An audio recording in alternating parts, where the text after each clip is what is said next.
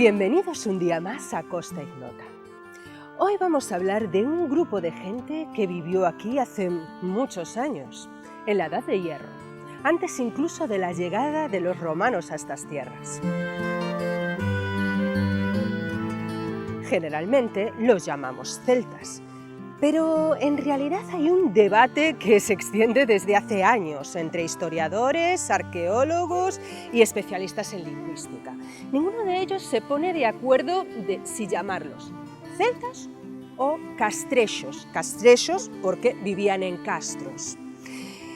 Hoy vamos a intentar echar un poquito de luz sobre todos estos temas y a ver si aquí estuvieron celtas o castrechos.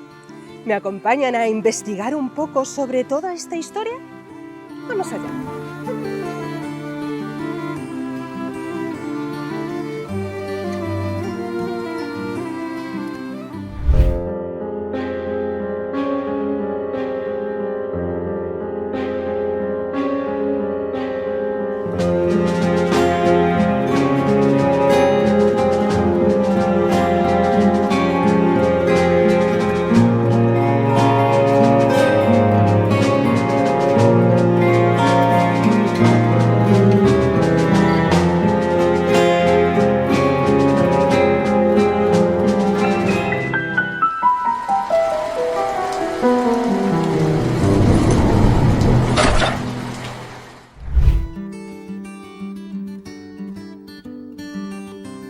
¿Quiénes eran los celtas? Los celtas fueron un grupo de pueblos indoeuropeos que se expandieron por Europa desde las estepas euroasiáticas.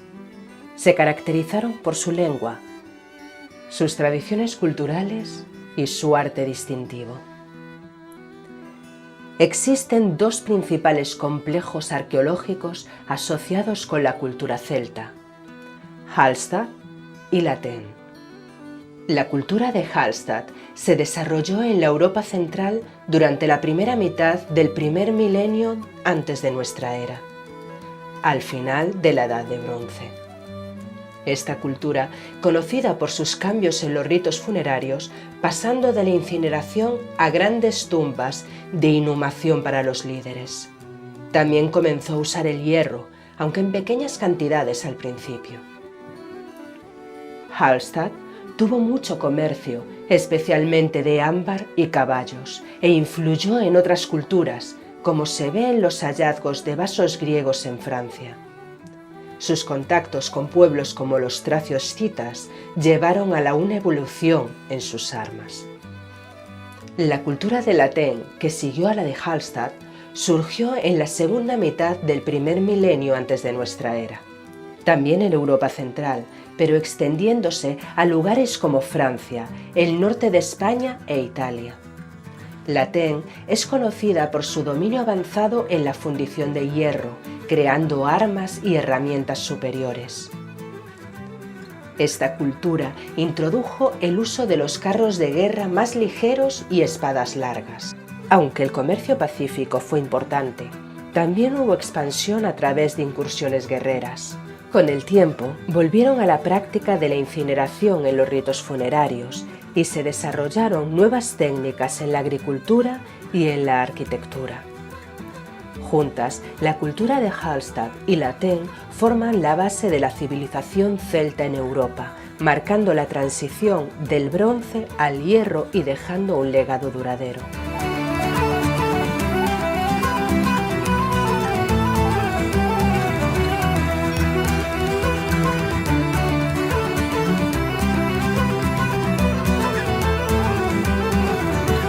Es verdad que hay dos corrientes muy diferentes, ¿no? Hay gente que piensa que los gallegos venimos de los celtas y hay gente que opina que los gallegos somos el fruto, bueno, de numerosos pueblos que nos invadieron a lo largo de los siglos. ¿Tú qué opinas de esto? Una cultura celta europea de la que aún hay vestigios vivos, que es la irlandesa, cuenta, entre sus más antiguas tradiciones, un texto referencial para ellos, tradicional, en el que se narra cómo Irlanda fue conquistada por un pueblo del noroeste de la península ibérica, o sea, donde estaría Galicia, ¿no? Los milesios, los hijos, en teoría, serían los hijos de Mil. Sí. Y Mil creo que era un descendiente de Breogán. Y Breogán, en la tradición gallega, se considera el gran cacique celta. Sabemos también que Galicia ha sido siempre una tierra, en la antigüedad, muy poblada. Muy poblada. Lo sabemos por toda su toponimia, por ejemplo, que es riquísima. Estaba totalmente conectada con Europa a través del Atlántico y con la otra Europa, la interior, a través del Mediterráneo y también con Oriente Medio. Tenemos en la cultura castrexa, cuando se hacen excavaciones y se recuperan los castros, vestigios de monedas de miles y miles de kilómetros metidos en Asia, ¿no? De culturas lejanas, muy lejanas. Se han descubierto vestigios de industria metalúrgica poderosísima aquí en Arteixo, ¿no? Auténticos poblados enteros dedicados a la producción de metales. Entonces, toda esa densidad de población, el tener un lugar referencial desde el punto de vista sagrado, el que haya una tradición como irlandesa que habla que fueron los gallegos los que fueron a colonizar Irlanda, eso podría indicar una cosa para mí, esa es mi intuición, que aquí hubo en el pasado una gran civilización, una enorme civilización. Hasta donde yo sé, no está muy claro lo que eran los celtas, no está muy definido lo que eran los celtas, pero la sospecha, sean celtas o no, de que aquí hubo una gran civilización en el occidente europeo, justo en este noroeste donde está Galicia, para mí es una sospecha bien fundamentada que merecería la pena investigar.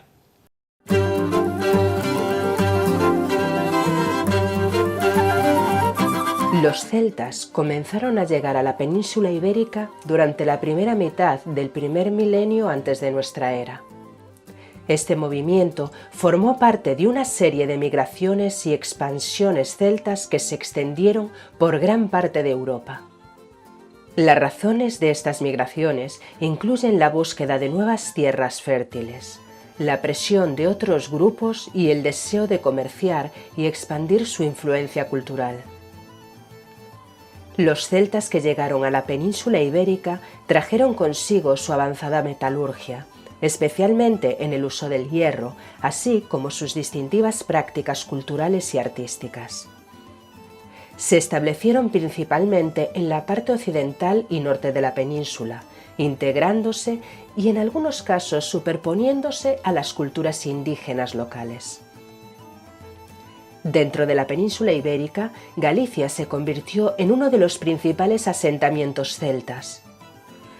Los celtas que se establecieron en Galicia son conocidos como castrexos, debido a sus característicos castros o asentamientos fortificados situados en colinas.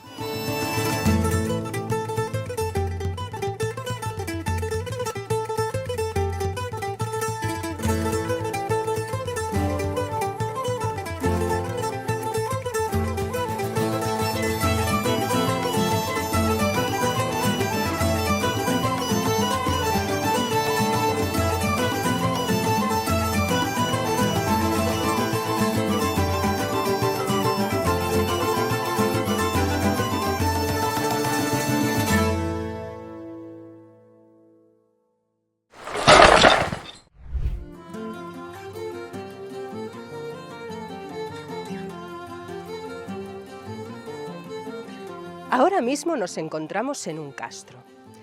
¿Qué es un castro? Un castro es una ciudad fortificada donde hay pequeñas chozas como estas. Y os preguntaréis, ¿estas gentes vivían aquí en estos círculos de piedra? No, no exactamente. Lo que ahora mismo nos queda es simplemente la pequeña estructura. Tenéis que echarle un poco de imaginación para pensar cómo eran antiguamente. Esto sería la puerta. Vemos que está algo alzada del suelo y esto es pues, para que no entrasen roedores, incluso el agua no entrase dentro de las chozas. Luego os tenéis que imaginar, los muros serían bastante más altos, alrededor pues, de varios metros de altura. El techo era de paja, por eso ahora mismo no se conserva. Y se preguntarán ustedes, ¿fortificadas por qué? Pues se supone que era para protegerse de tribus enemigas, incluso de animales salvajes. Hay que tener en cuenta que aquí hay lobos, jabalíes. Las gentes necesitaban tener su vida en el interior tranquila. Bien, y sabiendo todo esto, ¿qué podemos aportar nosotros para desvelar un poco más sobre la cultura celta o castrexa?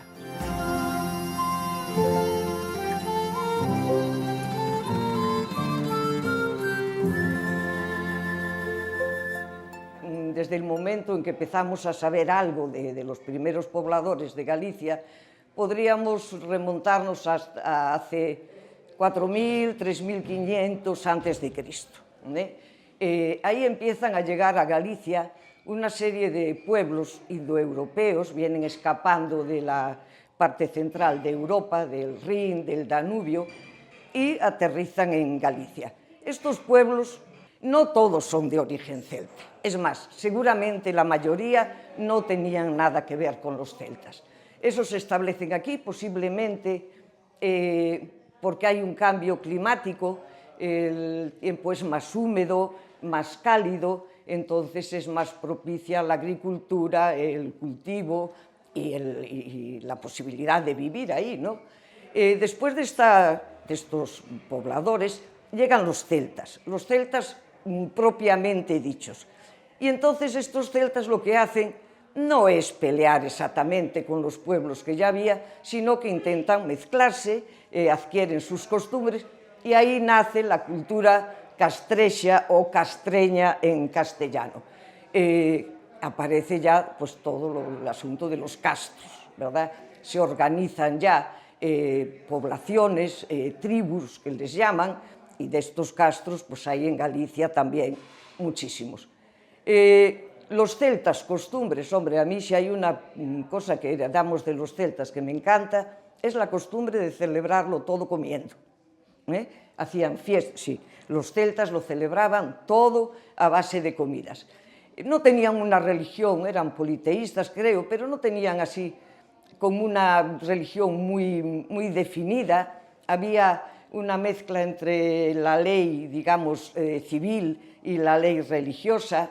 El matrimonio no se celebraba como tal, era un matriarcado, las mujeres tenían los mismos derechos que los hombres, no las casaban con quien les daba la gana, sino que escogían ellas su marido. Entonces, bueno, pues esas costumbres, y eran peleones, eso sí.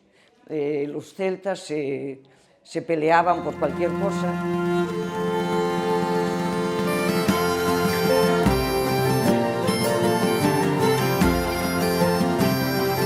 En Galicia, la influencia celta es particularmente notable. Aquí, la geografía montañosa y las exuberantes tierras verdes ofrecieron un refugio perfecto para estas tribus. Los castros gallegos, muchos de los cuales aún pueden visitarse a día de hoy, son testimonios silenciosos de una época en la que los celtas dominaban estas tierras. Esta cultura se mantiene viva en Galicia, no solo en la arqueología, sino también en el folclore, la música y las tradiciones. Las gaitas gallegas, los festivales y las danzas folclóricas llevan consigo el eco de antiguas melodías, mientras que los cuentos y leyendas populares evocan la rica mitología de estos antiguos habitantes. Imaginen, estas piedras llevan aquí, colocadas en la misma posición, en el mismo lugar exacto, desde hace más de 2000 años. Si pudiesen hablar, ¿se imaginan las cosas que podrían contar?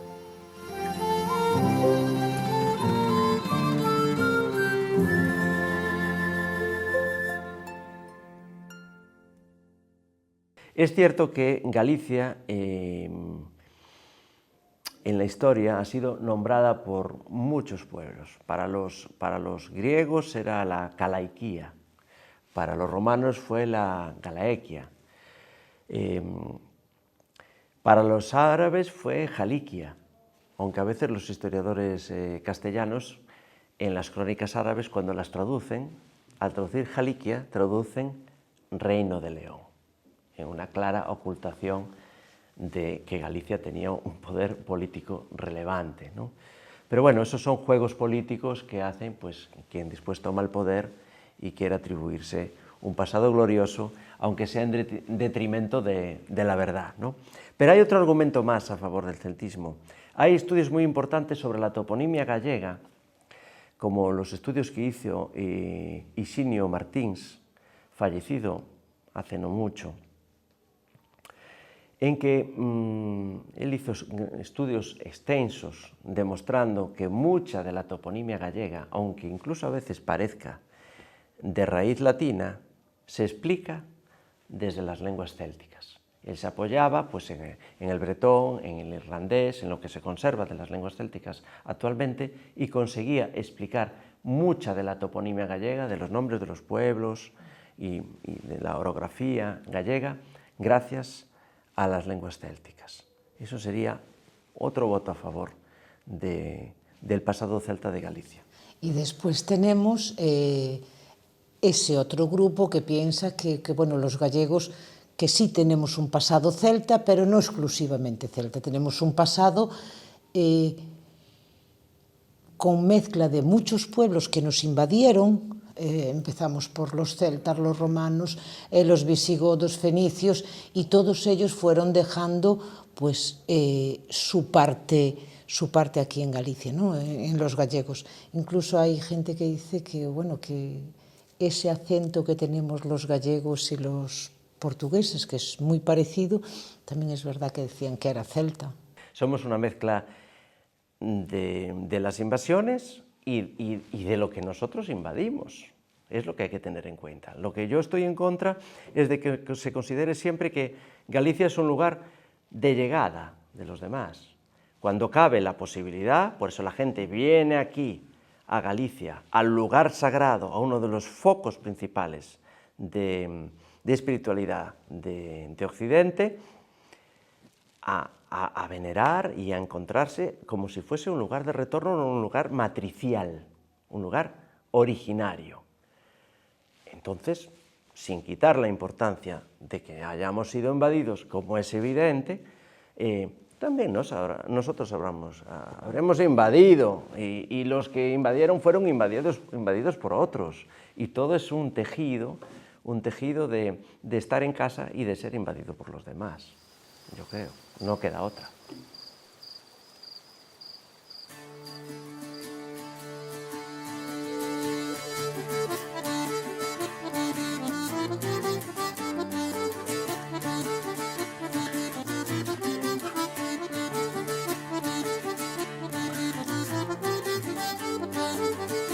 Ahora estamos en el interior de una de las chozas. Aquí, en el centro, a día de hoy solo quedan poco menos que un puñado de piedras, pero antes aquí se haría una hoguera y sobre ella colgaría una olla de hierro que era donde hacían la comida. El día a día no se llevaba a cabo en el interior, porque como pueden comprobar no es que fuese demasiado grande. Aquí solo entraban pues, por la noche para dormir o en días de mal tiempo y de lluvia para refugiarse. Se pueden hacer una idea. Eran familias más o menos numerosas, de a lo mejor unos 4 hijos, 5 hijos. Aquí tendrían como un colchón de paja, donde dormirían unos al lado de otros. Aquí, como pueden ver, no hay división de habitaciones. Era todo una estructura completa y quizá podría estar dividida pues, con alguna especie de telas para guardar un poquito de intimidad, pero no había mucho más.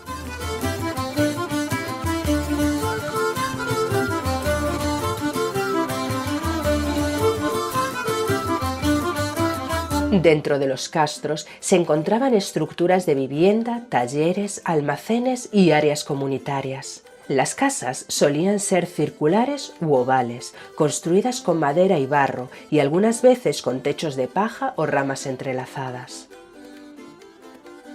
Los castros contaban con sistemas de abastecimiento de agua, como pozos o cisternas, así como áreas de cultivo y pastoreo en los alrededores. Se cree que los castros estaban habitados por comunidades agrícolas y ganaderas, organizadas en clanes o familias extensas. La estructura social probablemente incluía líderes o jefes locales, así como artesanos y agricultores. Los castros desempeñaban múltiples funciones dentro de la sociedad celta de Galicia, además de servir como refugio y defensa en los tiempos de conflicto. Eran centros de vida comunitaria donde se llevaban a cabo actividades sociales, económicas y religiosas. También funcionaban como nodos importantes en las redes de comercio y comunicación de la época, facilitando el intercambio de bienes y conocimientos entre las diferentes comunidades. En toda Europa encontramos poblados fortificados de la época prerromana, pero Galicia destaca por su abundancia y magnificencia, incluso dando nombre a su propia cultura, la cultura castrexa.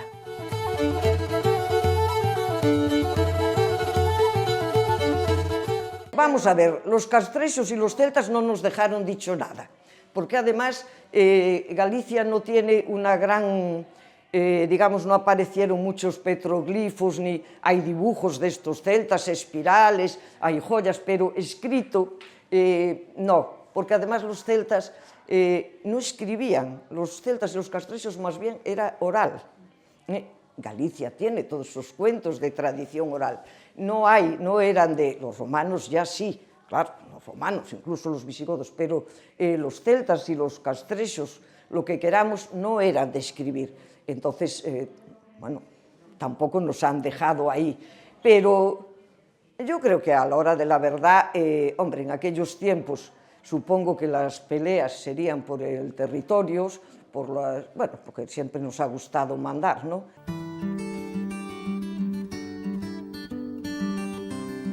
Hoy en día, los castros son objeto de estudio arqueológico y constituyen una parte importante del patrimonio cultural de Galicia.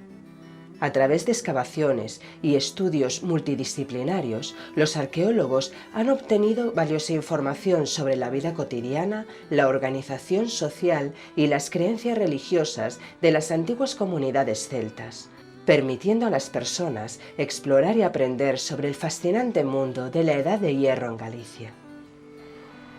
Los celtas o castrexos también dejaron un legado significativo en términos de lengua y cultura.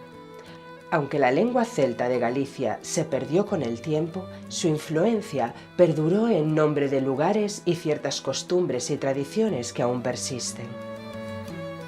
Este legado es notable en varios aspectos de la cultura gallega contemporánea. La música, la danza y algunas festividades tradicionales gallegas tienen raíces celtas. Además, los símbolos celtas como las espirales y los nudos son comunes en la artesanía y el arte gallego. La mitología celta también dejó una huella duradera en Galicia. Muchas leyendas y cuentos populares gallegos tienen elementos que se remontan a las antiguas creencias, con una profunda conexión con la naturaleza y un panteón de deidades y seres míticos.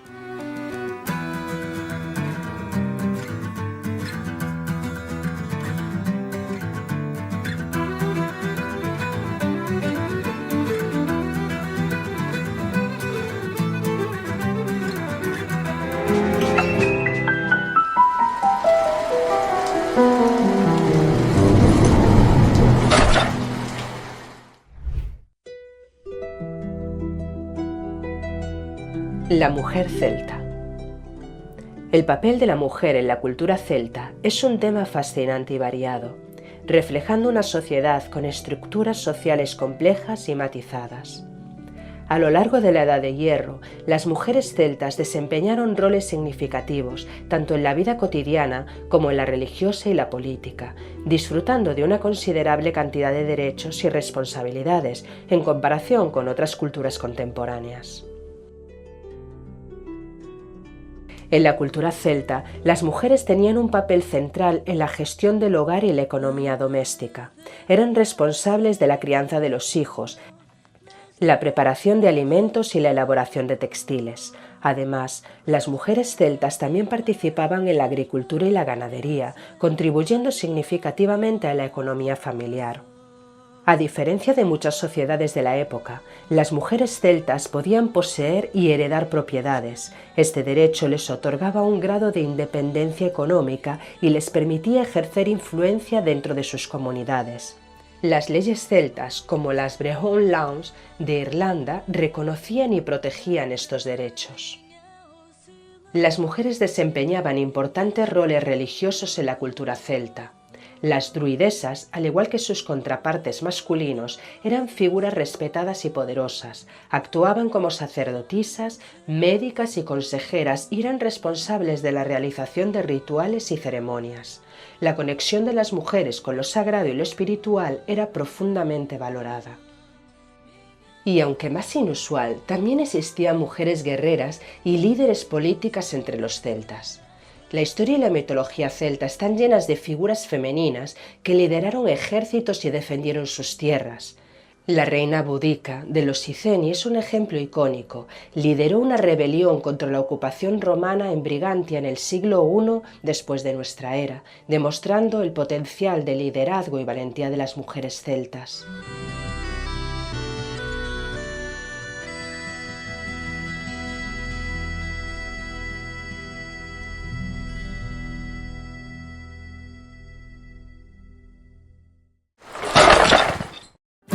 La presencia celta o castrexa en Galicia sigue siendo un fascinante capítulo de la historia de esta tierra. A través de sus castros, su arte, sus creencias y su estilo de vida, estos antiguos pobladores dejaron una marca indeleble en esta región, moldeando su identidad cultural hasta nuestros días. Aunque el tiempo ha pasado y las civilizaciones han cambiado, este legado perdura en la tierra, en las tradiciones y en el espíritu de su gente. Al explorar las huellas de los celtas o castrexos en Galicia, nos sumamos a un mundo del misterio, belleza y conexión con la naturaleza, recordándonos la importancia de honrar y preservar nuestras raíces culturales. Que el espíritu celtíbero continúe iluminando el camino hacia el futuro, inspirando a generaciones venideras a apreciar y valorar la rica herencia de Galicia.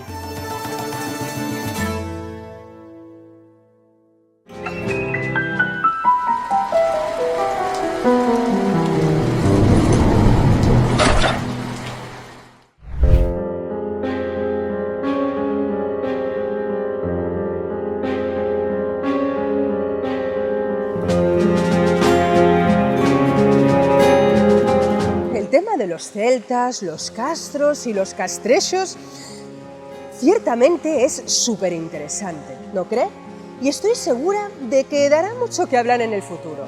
De todos modos, ahora no queda otra que despedirnos. Espero que les haya gustado y Costa Ignota les espera en un siguiente episodio. ¡Nos vemos!